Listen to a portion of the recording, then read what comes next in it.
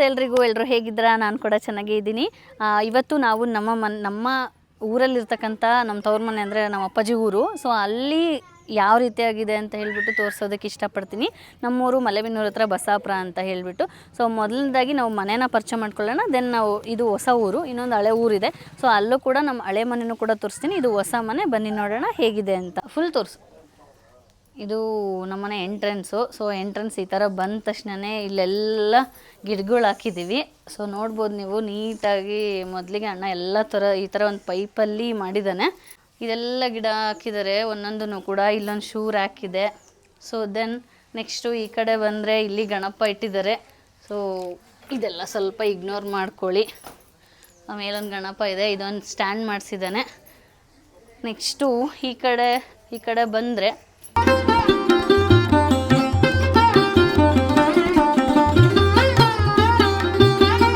ಈ ಕಡೆ ಸೈಡ್ ಎಲ್ಲ ನಾವು ಗಿಡಗಳನ್ನ ಹಾಕಿದ್ದಾರೆ. ಸೊ ಎಲ್ಲ ಗಿಡನೂ ಅಣ್ಣನೇ ಖುದ್ದಾಗಿ ಪಾಟಿಂಗ್ ಮಾಡಿ ಹಾಕ್ತಾನೆ. ಇವೆಲ್ಲ ಇದೆ. ಸೊ ನೋಡ್ಬೋದು ಪ್ರತಿಯೊಂದು ಹೂವು ಈಗ ಕಿತ್ತಿದ್ದೀವಿ. ಎಲ್ಲದನ್ನು ಕೂಡ ಟ್ರಿಮ್ ಮಾಡಿರೋದ್ರಿಂದ ಸ್ವಲ್ಪನೇ ಬೆಳೀತಾ ಇದೆ ಇವಾಗ ನೋಡಿ. ಈ ಥರ ಮೊಗ್ಗೆಲ್ಲ ಬರುತ್ತೆ. ಸೊ ನಾವು ಕಿತ್ತಿಟ್ಟಿದ್ದೀವಿ ಒಳಗಡೆ. ನಿಮ್ಗೆ ಒಳಗಡೆ ಹೋದ ತಕ್ಷಣ ತೋರಿಸ್ತೀನಿ ಇದರಲ್ಲಿ ಯಾವ ಥರ ಫ್ಲವರ್ ಕಾಣಿಸ್ತಿದೆ ಅಂತ. ಸೊ ಇಲ್ಲಿ ಬಂದರೆ ಈ ಥರ ಚಿಕ್ಕ ರೋಸ್ ಕೂಡ ಇದೆ. ಸೊ ರೋಸ್ ಪೆಟಲ್ಸ್ನು ಕೂಡ, ಇದೊಂದು ವೈಟ್ ರೋಸ್ ಇದೆ. ಇವಾಗಿನೂ ಟ್ರಿಮ್ ಮಾಡಿರೋದ್ರಿಂದ ಎಲ್ಲ ಎಲೆಗಳು ಹೋಗಿದೆ. ಇನ್ನು ಇದು ಮಿಕ್ಸ್ ಫ್ಲವರು. ಸೊ ಪ್ರತಿಯೊಂದೂ ಕೂಡ ಎಷ್ಟು ಡೀಟೇಲಿಂಗಾಗಿ ಮಾಡಿದ್ದಾರೆ. ಇಲ್ಲಿ ನೋಡ್ಬೋದು, ಇಲ್ಲಿ ತೋರಿಸು. ಈ ಥರ ಎಲೆನೂ ಕೂಡ ಇದೆ. ಸ್ವಲ್ಪ ಏನೋ ಹುಳ ಬಿದ್ದಿದೆ, ಅದನ್ನು ಕೂಡ ಅಣ್ಣ ಸರಿ ಮಾಡ್ತಿದ್ದಾರೆ. ಎಲ್ಲ ಕೂಡ ಕಲರ್ಫುಲ್ಲಾಗಿ ಕಾಣುತ್ತೆ. ಇದೊಂದು ಪಪ್ಪಾಯ ಗಿಡ ಹಾಕಿದ್ದೀವಿ. ದೆನ್ ಇಲ್ಲಿ ಮನೆಗೆ ಬೇಕಾದಂಥ ಕರಿಬೇವಿನ ಸೊಪ್ಪಿನ ಗಿಡನೂ ಕೂಡ ಇದೆ. ಸೊ ಇದನ್ನು ಕೂಡ ತುಂಬ ದೊಡ್ಡದು ಬೆಳೆದಿತ್ತು, ಅದನ್ನು ತುಂಬ ಚಿಕ್ಕದಾಗಿ ಕಟ್ ಮಾಡಿದ್ದಾರೆ. ಇನ್ನು ಇದೊಂದು ಮಾವಿನ ಮರ ಹಾಕಿದ್ವಿ. ಇನ್ನು ಇಲ್ಲಿ ಕಲರ್ ಆಗಿ ದಾಸವಾಳದ ಹೂವೆಲ್ಲ ಇದೆ. ಸೊ ಪಕ್ಕದಲ್ಲೂ ಕೂಡ ಒಂದು ಸೈಟ್ ಇದೆ. ಆ ಸೈಟಲ್ಲೆಲ್ಲ ನಾವು ತರಕಾರಿಗಳ್ನ ಬೆಳ್ಕೊತೀವಿ. ದೆನ್ ಅಲ್ಲಿ ಕಾಣ್ತಿದೆ ಅಲ್ಲ ಆ ಕಡೆ, ಅದರಲ್ಲಿ ನಾವು ಮಲ್ಲಿಗೆ ಹೂವನ್ನ ಹಾಕಿದ್ವಿ. ಸೊ ಮಲ್ಲಿಗೆ ಹೂವು ಅಲ್ಲಿಂದ ಕೊಯ್ದುಬಿಟ್ಟು ನಮಗೆ ಎಷ್ಟು ಬೇಕೋ ಅಷ್ಟು ಇಟ್ಕೊಂಡು ಉಳಿದಿದ್ದನ್ನೆಲ್ಲ ಮಾರ್ತೀವಿ. ಇನ್ನು ಈ ಕಡೆ ಬಂದರೆ ತರಕಾರಿಗಳ್ನೆಲ್ಲ ಹಾಕಿದ್ದೀವಿ. ನಮ್ಮವೇ ಸೈಟ್ ಇದು, ಇಷ್ಟು ಫುಲ್ ಹಾಗಾಗಿ. ದೆನ್ ಈ ಕಡೆ ನೋಡ್ಬೋದು ನೀವು, ಬಾಳೆ ಗಿಡನ ಹಾಕಿದ್ದೀವಿ. ಒಂದು ಸ್ವಲ್ಪ ನಮಗೆ ಮನೆಗೆ ಎಷ್ಟು ಬೇಕೋ ಅಷ್ಟು. ಇನ್ನು ಆ ಕಡೆ ಅಲ್ಲಿ ನಾವು ಸ್ವಲ್ಪ ಅಡಿಕೆ ಗಿಡನ ಸಾಕೊಂಡಿದ್ದೀವಿ. ಯಾಕೆ ಅಂತಂದರೆ ನಮ್ಮ ತೋಟದಲ್ಲಿ ಯಾವುದಾದ್ರೂ ಅಡಿಕೆ ಹೋಯ್ತು ಅಂತಂದರೆ ಇನ್ ಕೇಸ್ ಸಾಗುಣಿ ಮಾಡೋಕ್ಕೆ ಬರುತ್ತೆ ಅಂತ ಹೇಳಿಬಿಟ್ಟು. ಸೊ ಇದು ನಮ್ಮ ಒಂದು ಗಾರ್ಡನ್ ಟೂರ್. ಈಗ ಒಳಗಡೆ ಹೋಗೋಣ, ಬನ್ನಿ ಇವಾಗ ಮನೆ ಒಳಗಡೆ ಪರಿಚಯ ಮಾಡ್ಕೊಳ್ಳೋಣ. ಸೊ ಇದು ನಮ್ಮನೆ ಎಂಟ್ರೆನ್ಸು. ಇದು ಡೋರ್ ಹಿಂದಕ್ಕೆ ಸರ್ಕ, ಒಂದು ಸ್ವಲ್ಪ ಹಿಂದಕ್ಕೆ ಸರಿ ಅಮ್ಮ. ಇದು ಡೋರು ತುಂಬ ಸಿಂಪಲ್ಲಾಗಿ ಮಾಡಿಸಿದ್ದಾರೆ. ಲೈಕ್ ಯಾವುದೇ ಒರೆಸ್ಕೊಳ್ಳೋದಕ್ಕೂ ಕೂಡ ಈಸಿ ಆಗಲಿ ಅಂತ ಹೇಳಿಬಿಟ್ಟು. ಸೊ ಇದು ಒಂದು ಬನ್ನಿ. ಸೊ ಇನ್ನೂ ಇಲ್ಲಿ ಕೆಲವೊಂದು ಐಟಮ್ಸ್ಗಳನ್ನ ಇಟ್ಕೊಂಡಿದ್ದೀವಿ. ಅಂದರೆ ಮನೆಯಲ್ಲಿ ಮಕ್ಕಳಿದ್ದಾರಲ್ವ, ಹಾಗಾಗಿ ಸ್ವಲ್ಪ ಏನೋ ಹೆಚ್ಚು ಕಮ್ಮಿ ಆಗಿರುತ್ತೆ. ಸೊ ಇದಾದ ತಕ್ಷಣವೇ ಈ ಥರ ಒಂದು ಪ್ಯಾಸೇಜ್ ಬರುತ್ತೆ. ಪ್ಯಾಸೇಜ್ ಬಂದ ತಕ್ಷಣವೇ ನಾವಿಲ್ಲಿ ಒಂದು ದಿವಾನ್ ಕಾಟ್ ಹಾಕಿದ್ವಿ. ಇವಳು ನಮ್ಮ ಅಕ್ಕನ ಮಗಳು ವರ್ಣಿತಾ ಅಂತ. ದೆನ್ ಇಲ್ಲಿಗೆ ಬಂದರೆ ಇಲ್ಲಿ ಇದಕ್ಕಿಂತ ಮುಂಚೆ ನಿಮಗೆ ಒಂದು ಪರಿಚಯ ಮಾಡಿಕೊಡ್ತೀನಿ. ಸೊ ನಮ್ಮ ಹಾಲಲ್ಲಿ ರಾಘವೇಂದ್ರ ಸ್ವಾಮಿ. ಸೊ ಮೊದಲಿಗೆ ಅವ್ರ ಕೈ ಮುಗಿದು ಬಿಡೋಣ. ಸೊ ಈ ಒಂದು ರಾಘವೇಂದ್ರ ಸ್ವಾಮಿ ಫೋಟೋ ಇದೆ. ಸೊ ಇದಾದ ತಕ್ಷಣವೇ ಇಲ್ಲಿ ಸೋಫಾನ ಹಾಕಿದ್ದೀವಿ. ಸೊ ಇನ್ನು ಈ ಮೂಲೆಗೆ ಬರೋಣ. ಸೊ ಈ ಕಾರ್ನರಲ್ಲಿ ಒಂದು ಫಿಶ್ ಪಾಟ್ ಇಟ್ಟಿದ್ದೀವಿ. ಅದಾದಮೇಲೆ ಈ ಗಿಡ ನೋಡ್ಬೋದು ನೀವು. ಈ ಗಿಡನೂ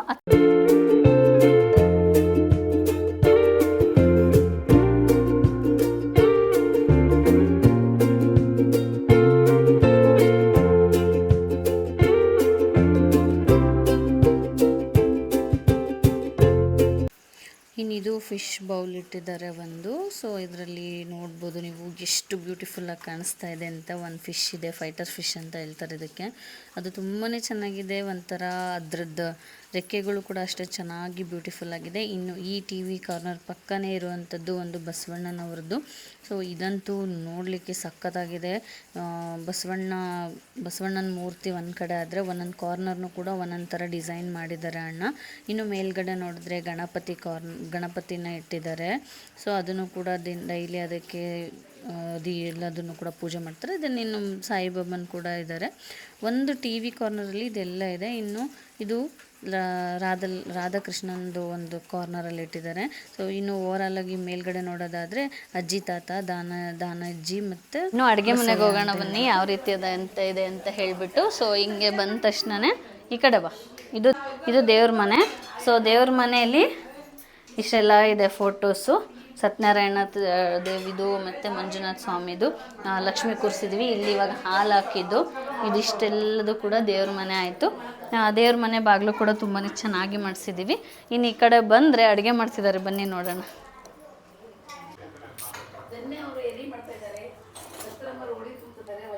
ಈ ಥರ ಇದನ್ನು ಮಾಡಿಸಿರೋದು ಇದ್ರ ಸಿಸ್ಟಮ್ ಆಗಿ. ಬಾ ಇಲ್ಲಿ ಬಾ, ಇನ್ನು ಕರಿಗಡುಬು ಎಡಿಗೆ ಮಾಡ್ತಾ ಇದ್ದಾರೆ. ಇದೇನು ಕೋಸುಂಬರಿಗೆ. ಇನ್ನು ಏನೇನೆಲ್ಲ ಅಡುಗೆ ಮಾಡಿದ್ದಾರೆ ಅಂದರೆ ಅಕ್ಕಿ ಪಾಯಸ ಇದೆ. ಸೊ ಅಕ್ಕಿ ಪಾಯಸ ಆದ ತಕ್ಷಣವೇ ನೋಡ್ಬೋದು ನೀವು, ಅಕ್ಕಿ ಪಾಯಸ ನನಗಂತೂ ಸಖತ್ ಇಷ್ಟ. ಇನ್ನು ಕೋಸುಂಬರಿಗೂ ಕೂಡ ಇಲ್ಲಿ ಬೇಳೆನ ನೆನೆ ಹಾಕಿದ್ದಾರೆ. ಇನ್ನು ಸಾಂಬಾರು ಕೂಡ ರೆಡಿಯಾಗಿದೆ. ಇಲ್ಲಿ 2 ಥರ ಸಾಂಬಾರು ಮಾಡ್ತಾರೆ ನಮ್ಮ ಮನೇಲಿ. ಇನ್ನು ಇದು ಕಾಳು ಪಲ್ಯ, ಇದು ಕೂಡ ಕಡಲೆಕಾಳು ಪಲ್ಯನೂ ಕೂಡ ರೆಡಿಯಾಗಿದೆ. ಇನ್ನು ಇಲ್ಲಿ ನೋಡ್ಬೋದು ರೈಸ್ ಇಟ್ಟಿದ್ದಾರೆ ಸ್ವಲ್ಪ. ಆಮೇಲೆ ಇದು ಹುರುಳಿಕಾಳು, ನಿಮ್ಗೆಲ್ರಿಗೂ ಗೊತ್ತಿರುತ್ತೆ ಹುರುಳಿಕಾಳು ನಮ್ಮ ಭಾಗದಲ್ಲಿ ಈ ಒಂದು ನಾಗರ ಪಂಚಮಿಗೆ ಸ್ಪೆಷಲ್ ಅಂತಲೇ ಹೇಳ್ಬೋದು. ಇವರು ನಮ್ಮ ಅತ್ತಿಗೆ ಅಮ್ಮ. ಅದೇ ಸೊ ಇನ್ನೆಲ್ಲ ಇವರು ನಮ್ಮ ಅತ್ತೆ, ಎಲ್ಲರಿಗೂ ಗೊತ್ತಿರುತ್ತೆ. ಇವ್ರು ದೊಡ್ಡಮ್ಮ, ಈ ಮನೆ ಓನರು. ಹಿಡೀರಿ ನೀಟಾಗೆ.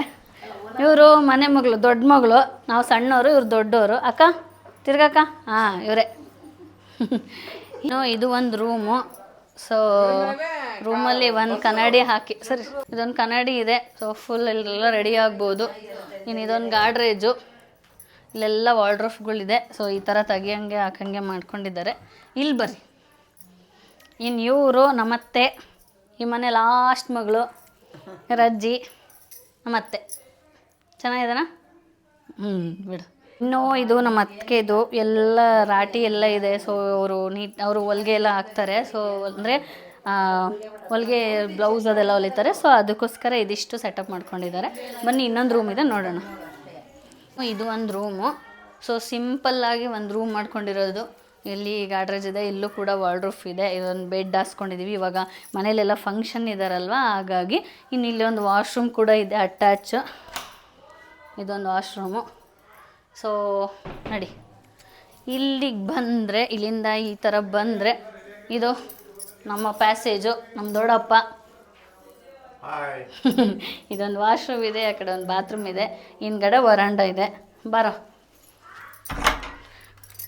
ಇದಿಷ್ಟು ಒಂದು ವರಾಂಡ ಮಾಡ್ಕೊಂಡಿದ್ದೀವಿ, ಬಟ್ಟೆ ಗಿಟ್ಟೆ ಎಲ್ಲ ಇಟ್ಕೊಳ್ಳೋಕ್ಕೆ ಮತ್ತು ವಾಷಿಂಗ್ ಮಿಷಿನ್ ಇಟ್ಕೊಳ್ಳೋಕ್ಕೆ. ಸೊ ನೀವು ಆ ಕಡೆ ನೋಡ್ತಿದ್ದೀರಲ್ಲ, ಅದೆಲ್ಲದು ಕೂಡ ನಮ್ಮ ತೋಟ. ನೀವು ಆವಾಗಲೇ ಇನ್ನು ಪೂಜೆ ಸೆಗ್ಮೆಂಟಿಗೆ ಬರೋಣ. ಸೊ ಹೋಮ್ ಟೂರ್ ಜೊತೆ ಪೂಜೆನೂ ಅಂದರೆ ನಾಗರ ಪಂಚಮಿ ಸ್ಪೆಷಲ್ ಕೂಡ ತೋರಿಸೋಣ ಅಂತ ಅಂದ್ಕೊಂಡಿದ್ದೀನಿ. ಇನ್ನು ಇಲ್ಲಿ ನಮ್ಮ ಅಣ್ಣನ ಮಗ, ಅವನಿಗೂ ಕೂಡ ಕಂಕಣನ ಕಟ್ಟಿ, ನಾನು ಕೂಡ ಕಂಕಣನ ಕಟ್ಟಿಸ್ಕೊತಿದ್ದೀನಿ. ಇವಳು ನಮ್ಮ ಅಕ್ಕನ ಮಗಳು ವರ್ಣಿತಾ ಅಂತ, ಅವಳು ನಂಗೆ ಕಂಕಣ ಕಟ್ಟಿದ್ಲು. ಸೊ ಇನ್ನು ನಾನು ಅವಳು ಸೇರಿಕೊಂಡು ಹಾಲನ್ನ ಎರಿತಾ ಇದ್ವಿ. ಇನ್ನು ಹಾಲು ಎರೆಯೋದು ಇದು ಎಲ್ಲ ನಾಗರ ಪಂಚಮಿಯ ಸ್ಪೆಷಲ್ ಏನೇನಿದೆ ಅಂತ ಹೇಳಿಬಿಟ್ಟು ನಾನು ಆಲ್ರೆಡಿ ಒಂದು ನನ್ನ ಲಾಸ್ಟ್ ಬ್ಲಾಗಲ್ಲಿ ಅಪ್ಲೋಡ್ ಮಾಡಿದ್ದೀನಿ. ಬೇರೆ ಊರಲ್ಲೆಲ್ಲ ಫಸ್ಟ್ನೇ ವಾರ ಮಾಡಿದ್ರೆ, ಇಲ್ಲಿ 3ನೇ ಸೋಮವಾರ ಮಾಡ್ತಾರೆ. ಶ್ರಾವಣದ 3ನೇ ಸೋಮವಾರ ನಮ್ಮೂರಲ್ಲಿ ನಾಗರ ಪಂಚಮಿನ ಮಾಡೋದು.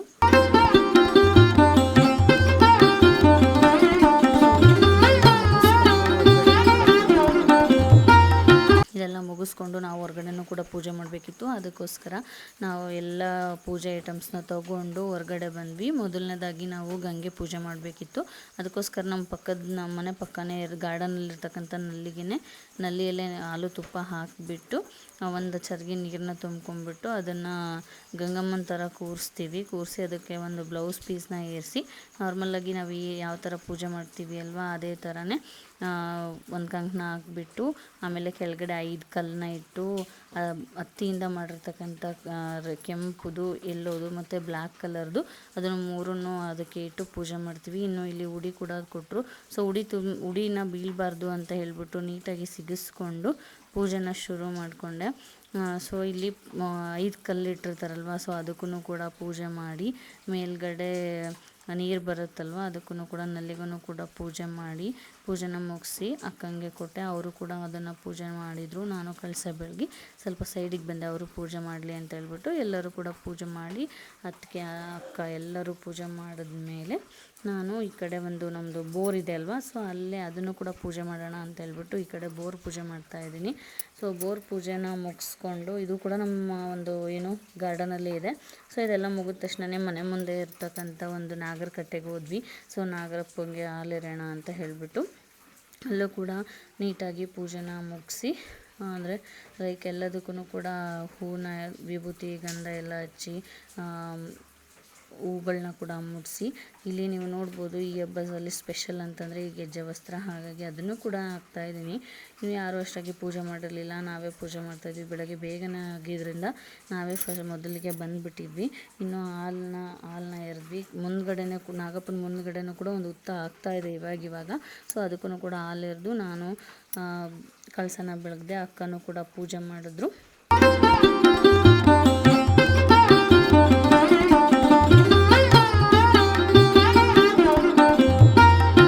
ಇನ್ನು ಪೂಜೆ ಎಲ್ಲ ಮಾಡಿ ಕೂತ್ಕೊಂಡಿದ್ವಿ. ಆವಾಗ ಅಮ್ಮ ಅಪ್ಪಾಜಿ ಬಂದರು. ನಮ್ಮ ಕಾರ್ ಆಕ್ಸಿಡೆಂಟ್ ಆಗಿರೋದ್ರಿಂದ ಅವರು ಬಸ್ಸಲ್ಲಿ ಬಂದರು. ಹಾಗಾಗಿ ಆಟೋಗೆ ಬಂದ ತಕ್ಷಣ ನಮ್ಮಪ್ಪ ನನ್ನನ್ನು ನೋಡೋ ಬದಲು ಮೊಮ್ಮಗನ್ನ ಮುದ್ದು ಮಾಡೋದ್ರಲ್ಲೇ ಕಳೆದೋಗ್ಬಿಟ್ರು. ಒಂದು ಸ್ವಲ್ಪ ಹೊಟ್ಟೆ ಕಿಚ್ಚಾಗ್ತಿತ್ತು, ಆದರೂ ಪರವಾಗಿಲ್ಲ, ನನ್ನ ಅಳಿಯನೇ ಅಲ್ವಾ ಅಂತ ಸುಮ್ಮನಾಗ್ಬಿಟ್ಟೆ. ಇನ್ನು ಅವ್ರನ್ನ ಕೂಡ ಮಾತಾಡಿಸ್ಕೊಂಡು ಒಳಗೆ ಬಂದ ತಕ್ಷಣವೇ ಹಳೆ ಊರಿಗೆ ಹೋಗ್ಬೇಕಾಗಿತ್ತು. ಹಾಗಾಗಿ ನಾನು ಕೂಡ ಅಕ್ಕರ ಜೊತೆ ಆಟೋದಲ್ಲೇ ಹೊರಟೆ. ನಮ್ಮದು ಯಾವಾಗಲೂ ಈ ಒಂದು ರೋಡ್ ಮಾತ್ರ ಸರಿ ಹೋಗಲ್ಲ. ಮಳೆ ಬಂತು ಅಂದರೆ ಇಲ್ಲಿ ನಡೆಯೋಕ್ಕೂ ಆಗಲ್ಲ. ಇನ್ನು ಬೈಕಲ್ಲಿ ಬಂದುಬಿಟ್ರೆ ಭಯನೇ ಆಗಿಬಿಡುತ್ತೆ. ಇನ್ನು ಅಕ್ಕ, ಭಾವನಕ್ಕ ಮತ್ತು ಆಂಟಿ ದಾವಣಗೆರೆಗೆ ಹೋಗ್ತಾಯಿದ್ರು. ಇನ್ನು ಈ ಮನೆಗೆ ಬಂದ ತಕ್ಷಣ ಇನ್ನೊಂದು ದೊಡ್ಡಮ್ಮನ ಮನೆಗೆ, ಇವಳು ಲಿಪಿ ಅಂತ ನಮ್ಮ ಅಣ್ಣನ ಮಗಳು, ನೋಡೇ ಇರಲಿಲ್ಲ ಹುಡ್ದಾಗಿಂದ, ಇವತ್ತೇ ನೋಡಿದ್ದು. ಎಷ್ಟು ಕ್ಯೂಟಾಗಿ ನನ್ನ ಮುದ್ದು ಮಾಡ್ತಾಯಿದ್ಲು.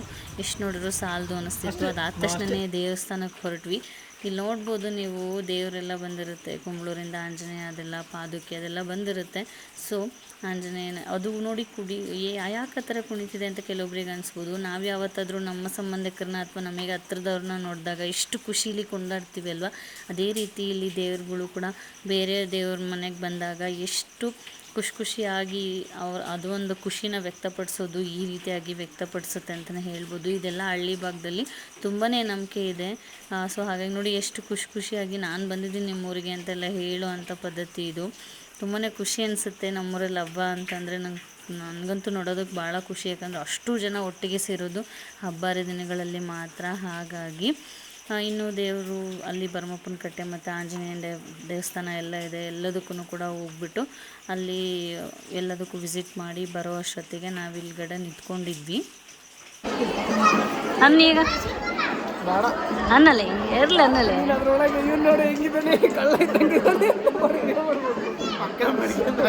ಇವನು ಚೆನ್ನಾಗಿದ್ದಾನೆ ಗುರು ಡುಮ್ಮಣ್ಣ.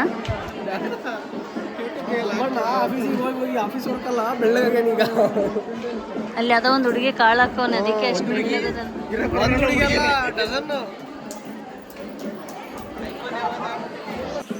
ಇನ್ನು ಎಲ್ಲ ದೇವ್ರುಗಳು ಬಂದ ತಕ್ಷಣವೇ ಭೂತಪ್ಪನ ಸೇವೆ ಶುರುವಾಗುತ್ತೆ. ಸೊ ಒಂದು ಸತಿ ನಮ್ಮೂರಲ್ಲಿ ಯಾವ ರೀತಿಯಾಗಿ ಭೂತಪ್ಪನ ಸೇವೆ ನಡೆಯುತ್ತೆ ಅನ್ನೋದನ್ನು ನೋಡ್ಕೊಂಡು ಬನ್ನಿ. ನಾನು ಮತ್ತೆ ಸಿಗ್ತೀನಿ. ಓಕೆ.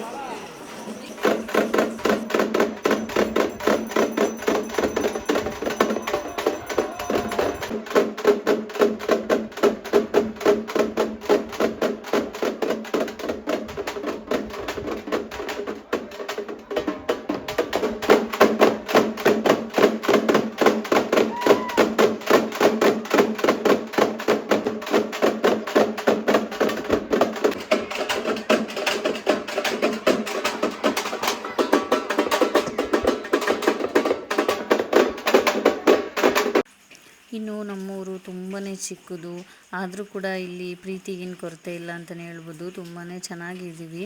ಸೊ ಎಲ್ಲದನ್ನು ನೋಡೋಕ್ಕೆ ಖುಷಿ ಆಗುತ್ತೆ. ಇನ್ನು ಇಲ್ಲಿ ನೋಡ್ಬೋದು ನಾಯಿಗಳು, ನಮಗೂ ತೋರಿಸ್ರು, ನಾವು ನೋಡ್ತೀವಿ ದೇವ್ರ ಭೂತಪ್ಪನ ಸೇವೆನ ಅಂತ ಎಲ್ಲ ಕಾಯ್ತಾ ಇದ್ವು. ಸೊ ಯಾರೂ ದಾರಿನೇ ಕೊಡ್ತಾ ಇರಲಿಲ್ಲ, ಪಾಪ ಅನ್ನಿಸ್ತು. ಇನ್ನು ಇಲ್ಲೆಲ್ಲ ಅದನ್ನು ಕೂಡ ಭೂತಪ್ಪನ ಸೇವೆ ನಡೀತಾ ಇತ್ತು. ಈ ವರ್ಷಕ್ಕೊಂದು ಸತಿ ಈ ಒಂದು ಭೂತಪ್ಪನ ಸೇವೆ ಮಾಡೋದ್ರಲ್ಲಿ ಏನೋ ಒಂಥರ ಖುಷಿ. ನೋಡೋದಕ್ಕೂ ಕೂಡ ತುಂಬಾ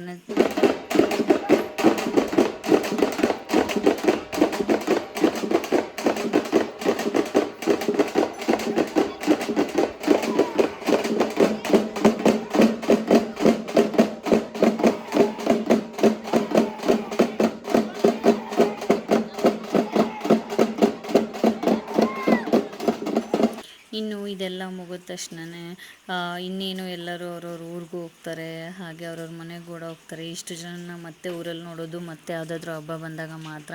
ಇನ್ನು ಇಲ್ಲಿ ದೇವರಿಗೆ ಎಲ್ಲರೂ ಕೂಡ ಹಣ್ಣು ಕಾಯಿ ಕೂಡ ಮಾಡಿಸ್ಕೊತಿದ್ವಿ.